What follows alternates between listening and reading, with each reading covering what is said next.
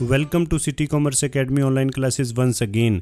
इस क्लास में हम डिस्कस करेंगे हमारा GSTR 2 ऑनलाइन कैसे प्रिपेयर होगा और साथ में इसे हम GSTR 2A के साथ कैसे रिकंसाइल करेंगे। देखिए, जैसे कि हम अपनी प्रीवियस क्लासेस में ऑलरेडी डिस्कस कर चुके हैं, हमारी GST की मंथली रिटर्न के 3 पार्ट हैं, GSTR 1, GSTR 2 एंड GSTR 3, और इनमें से GSTR 2 हमारी इनवर्ड सप्लाई से रिलेटेड है। देखिए, यहाँ पे एक बात हमारे लिए समझनी बहुत ज़रूरी है, जो हमारे लिए इनवर्ड सप्लाई है वो कहीं ना कहीं हमारे सप्लायर्स के लिए आउटवर्ड सप्लाई है। अब जो इनवाइसेस हमारा रजिस्टर्ड सप्लायर अपने GSTR 1 में अपलोड करेगा, हमें वो अपने GSTR 2A में मिल जाएंगे, एंड सिमिलरली हम अपने GSTR 1 में जो अपलोड करेंगे हमारे रिसिपिएंट को वो अपने GSTR 2A में मिल जाएंगे। यानी कुल मिला के हमारी GST की मंथली रिटर्न के टोटल ये 5 पार्ट्स बनते हैं। इस ग्राफ को हमने अपनी प्रीवियस क्लास में भी डिटेल में डिस्कस किया था। अब हमारी इस क्लास का टॉपिक है GSTR 2 और साथ में GSTR 2A। देखिए, GSTR 2A के बिना GSTR 2 हम सबमिट नहीं कर पाएंगे, ये दोनों एक दूसरे के बिना अनकम्प्लीट है। तो चलिए सबसे पहले हम समझते हैं इन दोनों का GST की मंथली रिटर्न में रोल क्या रहेगा। देखिए, हमारा GSTR 2 हमारी इनवर्ड सप्लाई से रिलेटेड है और हमें इनवर्ड सप्लाई पे इनपुट टैक्स क्रेडिट मिलता है, यानी इसी रिटर्न के जरिए इनपुट टैक्स क्रेडिट हमारे क्रेडिट रजिस्टर में ट्रांसफर होगा। देखिए, एक बात हमारे लिए यहां समझनी बहुत जरूरी है, हमारी ये जो इनवर्ड सप्लाई से रिलेटेड रिटर्न है, इसमें इंफॉर्मेशन हमारे सप्लायर्स भी अपलोड करेंगे और साथ में हमें भी अपलोड करनी है। हमें नॉर्मली इंफॉर्मेशन उस सिचुएशन में अपलोड करनी पड़ती है जहां हमारे सप्लायर के पास GST का रेगुलर नंबर नहीं होता। एग्जाम्पल के तौर पे कोई भी सप्लाई हमें अनरजिस्टर्ड पर्सन से आती है, या कोई भी गुड्स हम कंपोजिट डीलर से खरीदते हैं, इसके अलावा हम कोई भी गुड्स या सर्विसेज इंपोर्ट करते हैं, तो इन सारी सिचुएशन में हमारे सप्लायर के पास GST का रजिस्ट्रेशन नंबर नहीं होता। और इसके साथ साथ अगर हमने कोई सप्लाई रजिस्टर्ड पर्सन से ली है लेकिन हमारे रजिस्टर्ड पर्सन ने कोई इन्फॉर्मेशन मिस की है, कोई इनवाइस अपलोड नहीं किया है, तो इस इनवाइस को हम भी ऐड कर सकते हैं अपने GSTR 2 में। या फिर उसने कोई भी इन्फॉर्मेशन गलत अपलोड की है तो उसे भी हम अमेंड कर सकते हैं इस रिटर्न के जरिए। लेकिन एक बात हमें यहाँ पे खास तौर पे ध्यान रखनी है, रजिस्टर्ड सप्लायर के केस में अगर हम कोई भी इनवाइस या फिर कोई भी डेबिट क्रेडिट नोट से रिलेटेड इन्फॉर्मेशन ऐड करते हैं तो उसकी एक्सेप्टेंस हमारे रजिस्टर्ड सप्लायर के द्वारा की जानी जरूरी है। उसी के बाद वो हमारी ट्रांजैक्शन वैलिड मानी जाएगी और हमें उसका इनपुट टैक्स क्रेडिट मिलेगा। जो इनवाइसेस हमारे रजिस्टर्ड सप्लायर अपलोड करेंगे उसकी डिटेल हमें अपने GSTR 2 में मिल जाएगी। लेकिन अनरजिस्टर्ड पर्सन्स के केस में जो इनवाइसेस हमने अपलोड करने हैं उसको अपलोड करने के लिए अगेन हमारे पास यहाँ पे 2 मेथड हैं। हम ऑनलाइन मोड में भी इस इन्फॉर्मेशन को अपलोड कर सकते हैं और ऑफलाइन में भी, यूटिलिटी के जरिए, एक्सेल यूटिलिटी के जरिए, थर्ड पार्टी सॉफ्टवेयर और GSP के जरिए भी ये इन्फॉर्मेशन हम अपलोड कर सकते हैं। तो चलिए अब हम डिस्कस करते हैं ऑनलाइन मोड में हम अपनी इनवर्ड सप्लाई से रिलेटेड इनवाइसेस एंड जो दूसरी इन्फॉर्मेशन है उसे कैसे अपलोड करेंगे। एंड उसके लिए हम चलते हैं अपने GST की वेबसाइट पे, और इसमें सबसे पहले हमें लॉगिन करना होगा और उसके बाद हम चलेंगे रिटर्न डैशबोर्ड में। यहाँ हमारा फाइनेंशियल ईयर 17-18 है और उसके बाद हम सेलेक्ट करेंगे अपना मंथ। जुलाई के लिए हमने रिटर्न फाइल करनी है, तो जैसे हम जुलाई को सर्च करते हैं, देखिए हमारी ये स्क्रीन आज की डेट में कुछ इस तरह से अपीयर है। सबसे पहले इसमें हमारा GSTR 1 फाइल करने से रिलेटेड ऑप्शन है, उसके बाद इसमें हमारा GSTR 2 प्रिपेयर करने से रिलेटेड भी ऑप्शन आ चुका है, और साथ में हमारा यहाँ पे ऑटो ड्राफ्टेड GSTR 2A भी आ चुका है। इसे हम व्यू कर सकते हैं। एंड फ्यूचर में जैसे जैसे हमारे मंथ चेंज होते रहेंगे, स्क्रीन भी हमारी अकॉर्डिंगली चेंज होती रहेगी। तो चलिए सबसे पहले हम अपने GSTR 2A को व्यू करते हैं, और जैसे ही हम यहाँ क्लिक करते हैं तो हमारी स्क्रीन कुछ इस तरह से अपीयर होगी। यहाँ हम ऑप्शन देख सकते हैं, इसके 2 पार्ट हैं। सबसे पहले पार्ट A है, पार्ट B है। और पार्ट A में यहाँ पे 2 इंपॉर्टेंट टेबल हैं, B2B इनवाइसेस और साथ में डेबिट क्रेडिट नोट्स। चलिए हम सबसे पहले B2B इनवाइसेस में चलते हैं। एंड जैसे ही हम यहाँ पे क्लिक करते हैं, इसमें जो इन्फॉर्मेशन है सप्लायर वाइज आएगी, यानी जिस जिस सप्लायर ने इन्फॉर्मेशन यहाँ पे अपलोड की है तो उसका यहाँ पे लाइन वाइज नाम आ जाएगा। एंड जस्ट हम किसी भी अगर एक लाइन पे क्लिक करते हैं तो उस पर्टिकुलर सप्लायर से रिलेटेड जितने भी इनवाइसेस हैं हमारी स्क्रीन पे आ जाएंगे। और अब यहाँ पर हमारा नेक्स्ट काम रहेगा, इस सप्लायर से रिलेटेड इस पर्टिकुलर मंथ में जितने भी इनवाइसेस हमें एक्चुअल में रिसीव हुए हैं, ये स्क्रीन हम उसके साथ रिकॉन्साइल करेंगे। और अगर किसी इनवाइस में हमें कोई इन्फॉर्मेशन मिसमैच मिली तो उसकी अमेंडमेंट के लिए भी हम GSTR 2 में उसे बोल सकते हैं, या फिर कोई भी इनवाइस हमें यहाँ पे मिस मिला तो उसे भी हम ऐड कर सकते हैं अपने GSTR 2 में। ये सारा का सारा हम काम इसी क्लास में सीखेंगे GSTR 2 में जैसे हम स्विच करेंगे। लेकिन एक बात और यहाँ आप खास तौर पे ध्यान रखना, यहाँ इन्फॉर्मेशन उसी सप्लायर की रिफ्लेक्ट होगी जिसने अपना GSTR 1 जो है फाइल कर दिया है। अगर किसी सप्लायर ने प्रेजेंटली अपना GSTR 1 फाइल नहीं किया तो उससे रिलेटेड इन्फॉर्मेशन यहाँ अपडेट नहीं होगी। यानी जब तक हमारी GSTR 1 फाइल करने की ड्यू डेट क्रॉस नहीं होती तब तक हम यहाँ प्रॉपर रिकंसाइल नहीं कर पाएंगे। और उसके बाद इस टेबल में इन्फॉर्मेशन उन डेबिट क्रेडिट नोट्स की है जो हमारे सप्लायर्स ने अपलोड किए हैं। एंड जैसे हम यहाँ क्लिक करते हैं तो उसकी इन्फॉर्मेशन हमारी स्क्रीन पे आ जाएगी। प्रेजेंटली अभी हमारा कोई भी डेबिट क्रेडिट नोट हमारे किसी भी सप्लायर ने अपलोड नहीं किया है, क्योंकि इस मंथ से रिलेटेड हमारा एक्चुअल में कोई भी डेबिट क्रेडिट नोट है ही नहीं। तो अगर आपका कोई भी डेबिट क्रेडिट नोट होगा तो यहाँ पे रिफ्लेक्ट हो जाएगा और उसके बाद आप इसे रिकंसाइल कर सकते हो उन डेबिट क्रेडिट नोट्स के साथ जो आपने एक्चुअल में रिसीव किए हैं। एंड अगर कोई इन्फॉर्मेशन आपकी मिसमैच रहती है तो इसे भी आप GSTR 2 में अमेंडमेंट करा सकते हो। और अगर हमारी रिक्वेस्ट पे हमारा सप्लायर किसी भी इनवाइस को या फिर किसी डेबिट क्रेडिट नोट को अमेंड करता है तो उससे रिलेटेड इन्फॉर्मेशन यहाँ पे रिफ्लेक्ट हो जाएगी। जस्ट हम क्लिक करके उस इन्फॉर्मेशन को देख पाएंगे। और नीचे GSTR 2A के पार्ट बी में जो इन्फॉर्मेशन है ISD क्रेडिट से रिलेटेड रहेगी, TDS क्रेडिट से रिलेटेड रहेगी और साथ में TCS क्रेडिट से रिलेटेड रहेगी। यहाँ पे जस्ट हम क्लिक करके अगर हमारे किसी भी सप्लायर ने इन्फॉर्मेशन अपलोड की है तो उसे हम देख सकते हैं। वही टेबल हमारे बिजनेस ऑर्गेनाइजेशन पे एप्लीकेबल होगा जहाँ हमारा एक्चुअल में कोई TDS या फिर TCS डिडक्ट हुआ हो। देखिए, एक बात हमारे लिए यहाँ पे समझनी बहुत ज़रूरी है। GSTR 2A में हम इन्फॉर्मेशन जस्ट व्यू कर सकते हैं, यहाँ पे हम कोई भी इन्फॉर्मेशन एडिट या अमेंड नहीं कर पाएंगे। यानी GSTR 2A जस्ट उस इन्फॉर्मेशन को रिकॉन्साइल करने के लिए है जो हमारे रजिस्टर्ड सप्लायर ने अपलोड की है। किसी भी अमेंडमेंट के लिए हमें GSTR 2 में जाना पड़ेगा। एंड चलिए हम यहाँ से स्विच करते हैं और GSTR 2 में भी देखते हैं कि इसमें कौन कौन से टेबल हैं, इन्फॉर्मेशन हम कैसे अपलोड करेंगे। और उसके लिए हम यहाँ से जस्ट एग्जिट करेंगे और उसके बाद अगेन सर्च करेंगे हम अपनी जुलाई से रिलेटेड रिटर्न्स। एंड जैसे हम यहाँ पे क्लिक करते हैं GSTR 2 से रिलेटेड सारे के सारे टेबल हमारे सामने आ जाएंगे और इसमें हम देख सकते हैं इनवर्ड सप्लाई से रिलेटेड सारे के सारे टेबल हमारे सामने हैं। इसके फर्स्ट पार्ट में इनवाइस वाइज डिटेल हमें फीड करनी है और उसके बाद हमारी अदर डिटेल्स है। तो चलिए वन बाय वन करके ये सारे टेबल हम स्टडी करते हैं। और इसमें जो इनवाइस वाइज हमारी डिटेल है उसमें हमारा फर्स्ट टेबल है inward supply received from unregistered person including reverse charge supply. जब हमें कोई भी इनवर्ड सप्लाई किसी भी रजिस्टर्ड पर्सन से आती है तो उस पर्टिकुलर केस में जो हमारा सप्लायर है उन इनवाइसेस को अपने GSTR 1 में अपलोड करेगा और हमें वो जो हमारा GSTR 2A है उसमें वो सारे के सारे इनवाइसेस हमें मिल जाएंगे। लेकिन अगर हमारे किसी भी सप्लायर ने कोई भी इनवाइस मिस किया है तो उसको ऐड करने के लिए हमारे पास ये टेबल है। और जैसे ही इस टेबल में हम क्लिक करते हैं उसके बाद हम देख सकते हैं हमारे पास यहाँ पे ऑप्शन आया है ऐड मिसिंग इनवाइस डिटेल से रिलेटेड। और कोई भी अगर हमारा इनवाइस मिस है उसे ऐड करने के लिए जस्ट हम यहाँ पे क्लिक करेंगे और उसके बाद हम देख सकते हैं हमारे सामने ये स्क्रीन अपीयर हो जाएगी। और यहाँ सबसे पहले कॉलम में हमारे सप्लायर का इनवाइस नंबर आएगा एंड उसके बाद हमारा इनवाइस नंबर, देन इनवाइस की डेट एंड उसके बाद हम यहाँ पे प्लेस ऑफ सप्लाई सेलेक्ट करेंगे। देन इनवाइस की जो टोटल वैल्यू है उसे हम एंटर करेंगे और उसके बाद हम देख सकते हैं सप्लाई टाइप इसमें इंट्रास्टेट ऑलरेडी सिलेक्टेड है। देन हमारा आता है इनवाइस टाइप। हमारा ये invoice basically regular B2B invoices है तो हम उसे सिलेक्ट करेंगे। उसके बाद यहाँ हमारा कॉलम है supply attract to reverse charge. देखिए, इसको हम उसी सिचुएशन में टिक करेंगे जब हम सेक्शन 9 सब सेक्शन 3 के अंडर किसी ऐसी सर्विसेज को लेते हैं जो रिवर्स चार्ज इसके ऊपर एप्लीकेबल है।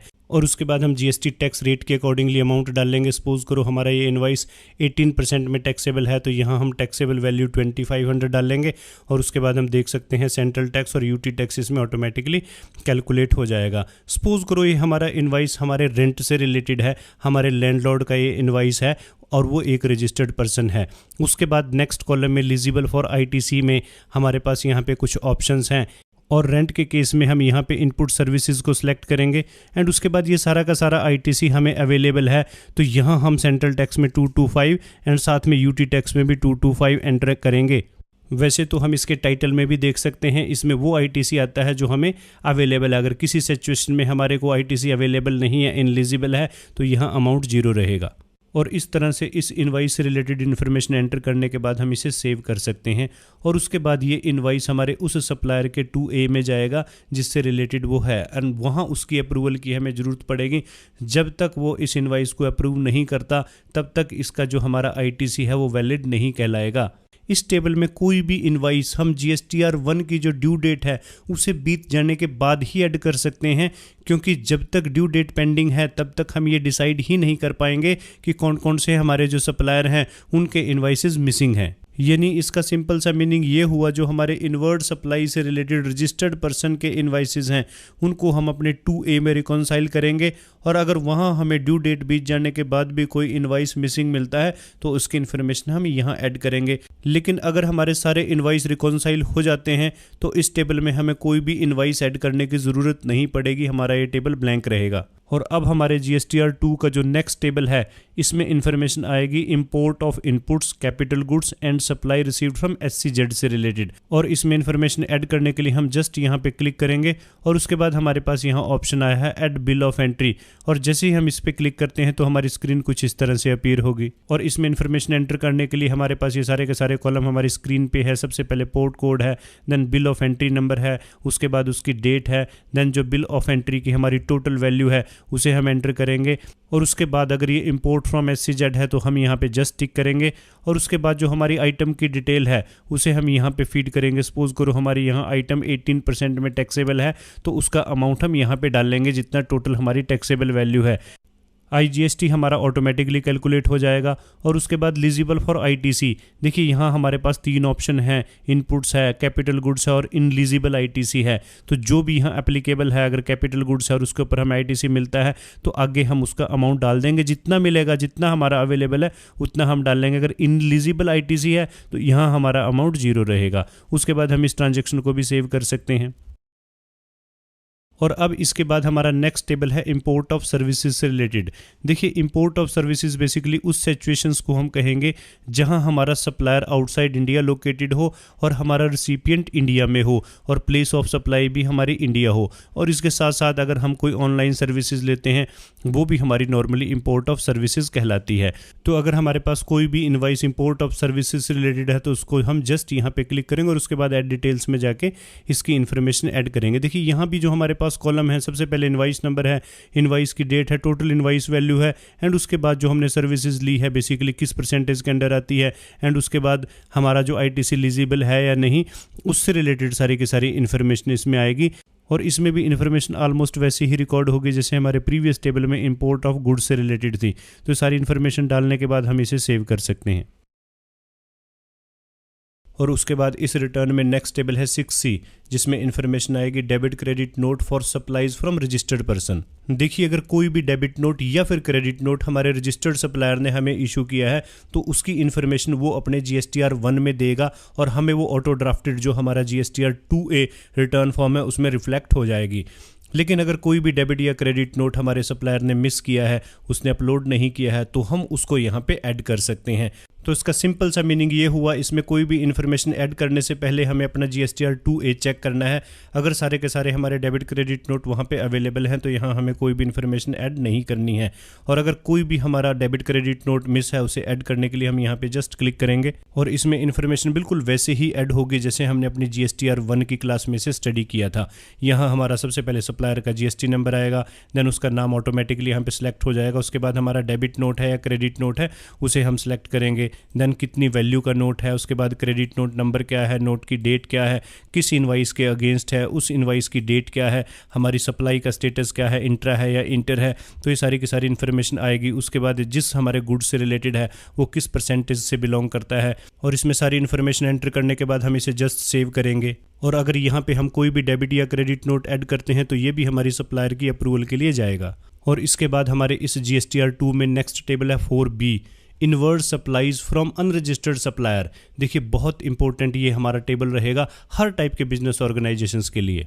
और इसमें इन्फॉर्मेशन उस सिचुएशन में आएगी जब हम कोई भी टैक्सेबल गुड्स किसी अनरजिस्टर्ड पर्सन से परचेज करेंगे। जैसे कि हम जानते ही हैं section 9 subsection 4 of CGST act में हमें कहा गया है कि जब हम कोई भी सप्लाई अनरजिस्टर्ड पर्सन से लेते हैं तो वो रिवर्स चार्ज मैकेनिज्म में कवर रहेगी और उस इनवर्ड सप्लाई पे हमें टैक्स खुद से डिपॉजिट कराना है। लेकिन यहाँ पे एक एग्जाम्पशन लिमिट भी है 5000 की। अगर हम एक दिन में 5000 से कम का मटेरियल अनरजिस्टर्ड पर्सन से परचेज करते हैं तो वहाँ पे रिवर्स चार्ज एप्लीकेबल नहीं है। और अगर हमारी एग्रीगेट परचेज एक दिन में 5000 से ज़्यादा हो तो उस केस में हमें सेल्फ इनवाइस इशू करना पड़ता है। वो इनवाइस हम एक कंसोलिडेटेड इनवाइस भी इशू कर सकते हैं महीने के एंड में। तो यहाँ इन्फॉर्मेशन हमें अपने उस सेल्फ इनवाइस से रिलेटेड रिकॉर्ड करनी है। अगर कोई भी सप्लाई हमारी 5000 से नीचे है तो वहाँ सेल्फ इनवाइस बनाने की ज़रूरत नहीं है एंड उसकी इन्फॉर्मेशन यहाँ पर रिकॉर्ड नहीं होगी। और अगर हमने रिवर्स चार्ज मैकेनिज्म के तहत कोई सेल्फ इनवाइस इशू किया है तो उसकी इन्फॉर्मेशन कुछ ऐसे ऐड होगी। सबसे पहले सप्लायर नेम, देखिए मैंडेटरी फील्ड नहीं है। अगर हमारी सप्लाई एक ही सप्लायर से है तो हम उसका नाम लिख देंगे, और अगर हमारी डिफरेंट सप्लायर से सप्लाई है तो यहाँ जस्ट हम सेल्फ इनवाइस भी लिख सकते हैं एंड उसके बाद हमारा इनवाइस नंबर आएगा जो हमारा सेल्फ इनवाइस का नंबर रहेगा, देन इनवाइस की डेट रहेगी, उसके बाद कितनी वैल्यू का ये हमारा इनवाइस है वो हम एंटर करेंगे, और उसके बाद प्लेस ऑफ सप्लाई में चंडीगढ़ रहेगा क्योंकि अनरजिस्टर्ड सप्लायर के केस में इंटरस्टेट सप्लाई नहीं हो सकती। एंड उसके बाद टाइप ऑफ सप्लाई में हम यहाँ पे वेरी ऑब्वियस इंटरस्टेट सेलेक्ट करेंगे, और उसके बाद जीएसटी रेट वाइज डिटेल हमें यहाँ पे नीचे एंटर करनी है। सपोज करो इस सेल्फ इनवाइस में हमने 2 आइटम्स परचेज की हैं एक ही दिन में। 4000 की हमने स्टेशनरी परचेज की है जिसका टैक्स रेट 12% है, तो यहाँ हम एंटर करेंगे। 5000 की हमने कोई फूड एंड ब्रेवरेज से रिलेटेड आइटम्स खरीदी हैं तो उसका अमाउंट हम 18% में डालेंगे। एंड इन दिस वे आप देख सकते हो हमारा सेंट्रल टैक्स और स्टेट टैक्स ऑटोमेटिकली कैलकुलेट हो जाएगा। और उसके बाद नेक्स्ट इंपॉर्टेंट कॉलम है एलिजिबल फॉर आईटीसी। देखिए अगर हम कोई भी गुड्स अनरजिस्टर्ड पर्सन से परचेज करते हैं और रिवर्स चार्ज मैकेनिज्म के तहत उसके ऊपर टैक्स डिपॉजिट करा देते हैं तो उसका हमें इनपुट टैक्स क्रेडिट मिलता है। तो यहाँ हम इसको इनपुट्स पे सेट करेंगे और उसके बाद जितना उसके ऊपर आईटीसी हमें अवेलेबल है उसके हम फिगर्स एंटर करेंगे। देन एक बात आप यहाँ पे ध्यान रखिएगा, कुछ आइटम्स ऐसी हैं जिनका आईटीसी हमें section 17 sub section 5 of CGST act में डिनाई किया गया है। जैसे हमारी नेक्स्ट आइटम है फूड एंड ब्रेवरेज। अब ये चाहे आप रजिस्टर्ड पर्सन से परचेज कीजिए या फिर अनरजिस्टर्ड पर्सन से परचेज कीजिए, बहुत केसेस में हमें इसका आईटीसी नहीं मिलता।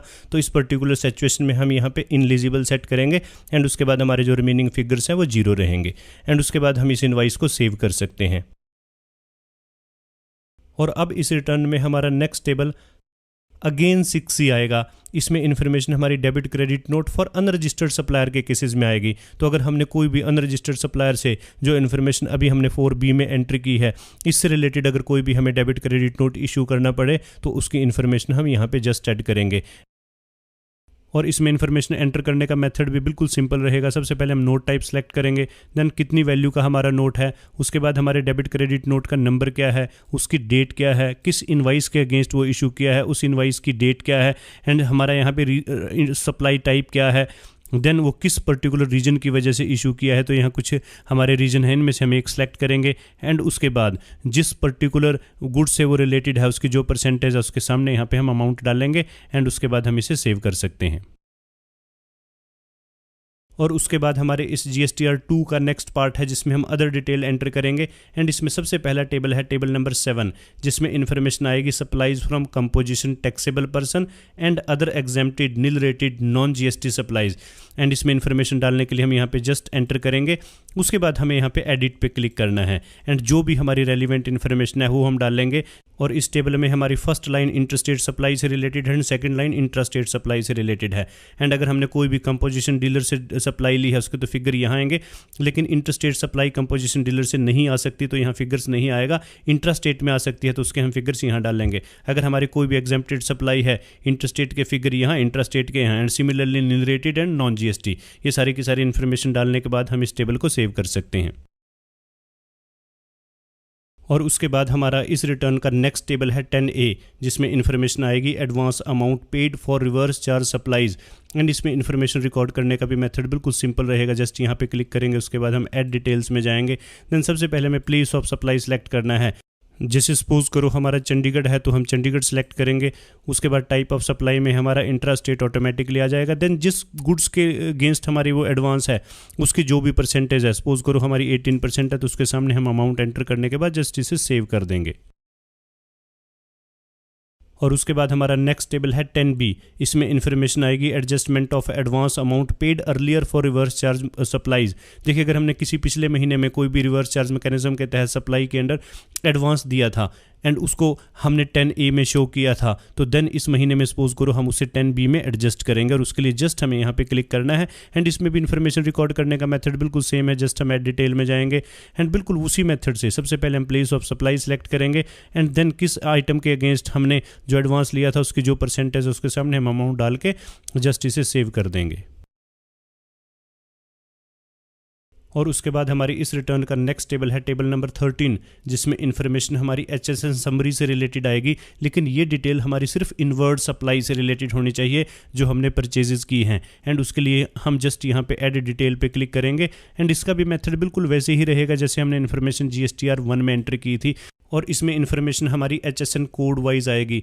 अगर सपोज करो हमारा बिजनेस ऑर्गेनाइजेशन एक ही HSN के अंडर आने वाली आइटम्स में डील करता है तो सारी की सारी इन्फॉर्मेशन एक ही टेबल में आ जाएगी। हम यहाँ HSN नंबर डालेंगे, डिस्क्रिप्शन डालेंगे, यूनिट ऑफ क्वांटिटी डालेंगे, टोटल क्वांटिटी डालेंगे, टोटल वैल्यू डालेंगे, टोटल टैक्सेबल वैल्यू डालेंगे, और उसके ऊपर जितना IGST है, CGST है, UTGST हम डाल देंगे और उसके बाद हम ऐड कर देंगे।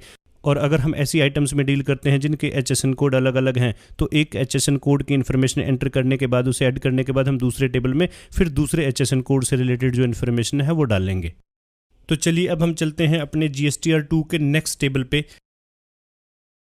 और यहाँ पे टेबल नंबर है 11 और इसमें डिटेल आएगी input tax credit reversal and reclaim. और जैसे ही हम यहाँ पे क्लिक करते हैं हमारी स्क्रीन कुछ इस तरह से अपीयर होगी। देखिए अगर हम यहाँ इनपुट टैक्स रिवर्सल की बात करें तो ये उस सिचुएशन में होगा जिस इनवर्ड सप्लाई के ऊपर हमने इनपुट टैक्स क्रेडिट क्लेम कर लिया है लेकिन हमारे सप्लायर ने वो टैक्स गवर्नमेंट को डिपॉजिट नहीं कराया, तो सप्लायर की डिफ़ॉल्ट करने की वजह से यहाँ हमें उस ITC को रिवर्स करना पड़ेगा। एंड रीक्लेम की अगर हम बात करें तो अगर वो बाद में डिपॉजिट करा देता है तो हम उसे अगेन रीक्लेम कर पाएंगे। तो ये सारे के सारे सेक्शन उससे रिलेटेड हैं। तो जो भी हमारी कंपनी पे बेसिकली कॉलम एप्लीकेबल होगा उसमें हम इन्फॉर्मेशन डाल के इन्फॉर्मेशन को सेव कर सकते हैं। तो ये मेथड रहेगा हमारा GSTR 2 को ऑनलाइन प्रिपेयर करने का। और अगर आप इस फॉर्म को चाहे तो ऑफलाइन यूटिलिटी के जरिए भी तैयार कर सकते हो, टैली अकाउंटिंग सॉफ्टवेयर के जरिए भी फॉर्म तैयार हो सकता है। लेकिन एक बात हमें यहाँ पे खास तौर पे ध्यान रखनी है, जो सप्लाई हमें रजिस्टर्ड सप्लायर से आती है उस केस में अपनी इन्फॉर्मेशन वो अपलोड करेंगे और हमें जस्ट 2A में रिकॉन्साइल करनी है, तो उसके टेबल हम यहाँ ऑफलाइन यूटिलिटी के जरिए इंपोर्ट नहीं करेंगे। हमारी जो अनरजिस्टर्ड पर्सन से रिलेटेड इन्फॉर्मेशन है, इंपोर्ट से रिलेटेड है, वो बाकी के सारे टेबल हम इंपोर्ट करेंगे और रजिस्टर्ड पर्सन से related invoices, debit credit note को अपने 2A के साथ रिकॉन्साइल करने के बाद अगर वहाँ कोई इन्फॉर्मेशन हमें मिसिंग मिले उसे हम ऑनलाइन मोड में अपडेट कर सकते हैं। और सारी की सारी इन्फॉर्मेशन को 2 या 3 बार क्रॉस टैली करने के बाद हमें ये रिटर्न फाइल करनी चाहिए। लेकिन ध्यान रखना ये रिटर्न हमें अपनी ड्यू डेट से पहले फाइल करनी है, नहीं तो उसके बाद हमें पेनल्टी और फाइन लग सकता है। तो इस क्लास में इतना ही। हम अपनी नेक्स्ट क्लास में डिस्कस करेंगे GSTR 3, उसमें हमारी लाइबिलिटी कैसे सेट ऑफ होगी, वो रिटर्न हम कैसे फाइल करेंगे, और जितने भी GSTR 3 से रिलेटेड बातें हैं सारी की सारी हम अपनी उस क्लास में डिस्कस करेंगे। हमारी अकाउंट्स एंड टैक्सेशन की बाकी सारी क्लासेस के लिए आप जरूर लॉगिन कीजिएगा हमारी वेबसाइट जिसका URL है onlinecca.com। इस क्लास में इतना ही। Thank you very much.